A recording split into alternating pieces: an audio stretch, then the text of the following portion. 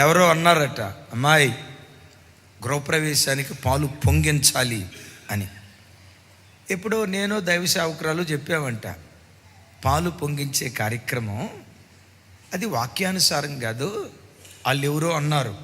కొంతమంది క్రైస్తవులు ఏమన్నారు తెలుసా? పాలు పొంగించాలా. ఎందుకో తెలుసా? లేఖనాల్లో ఏమని రాయబడిందంటే, నీ గిన్నె నిండి. వాడికి ఆ వాక్యం అట్ట అర్థమైంది. నీ గిన్నె నిండి పొంగి పొర్లుతుంది అని రాస్తుంది కాబట్టి పొంగిస్తాం. వాక్యం దాన్ని ఒప్పుకోదు. ఆ రోజు కొన్ని వివరాలు చెప్పాను, లైవ్ లేకపోవటాన్ని బట్టి. బిడ్డలరా, ఇది వాక్యానికి విరుద్ధం అని చెప్తే విచిత్రం ఏంటో తెలుసా?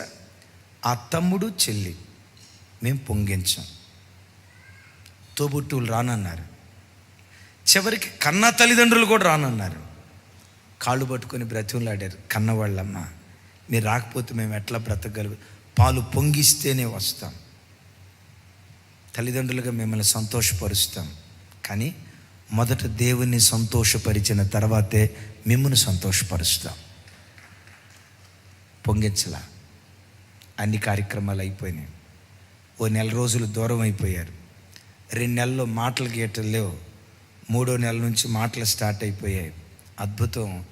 సంవత్సరం తర్వాత ఆ కుటుంబం అంతా మందిరానికి రావటం ప్రారంభించింది. ఎక్కడికక్కడ రాజీ పడే జీవితం చేయలేదు. వాక్యం ఇది. ఏమండి, ఆడపిల్ల శరీరంలో జరగాల్సిన ధర్మం జరిగినప్పుడు, పెద్దమ్మాయి అయినప్పుడు 7 రోజులు ఆకుల మీద కూర్చోబెట్టడం ఎవడి పద్ధతి? ఈ ఆచారాలు పాటించడం ఎవడి పద్ధతి? వాక్యం ఒప్పుకోదు.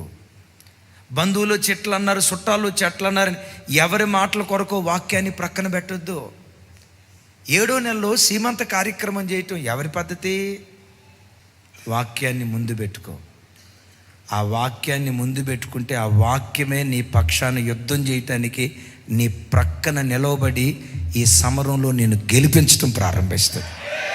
నా ప్రభు పెట్టారా, ఎప్పుడు మందిరానికి వచ్చినా, ఎప్పుడు వాక్యం చదువుకున్నా, ఎప్పుడు వాక్యం విన్నా, అయ్యా నా చెవులతో ఏ వాక్యం వింటున్నానో నా ప్రవర్తనలో అది బయలుపడాలయ్యా, నా మాటల్లో అది బయలుపడాలయ్యా, నా నడవడికలో అది బయలుపడాలయ్యా.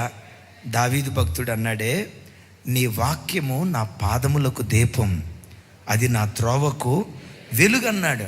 నేను వేసే ప్రతి అడుగు నీ వాక్యానుసారంగా ఉండినట్లుగా నన్ను బలపరచయ్యని వాక్యాన్ని ఎదురు పెట్టుకుని వాక్యానుసారంగా బ్రతికే ధన్యకరమైన జీవితం దేవుడు మనకు దయచేయునుగాక.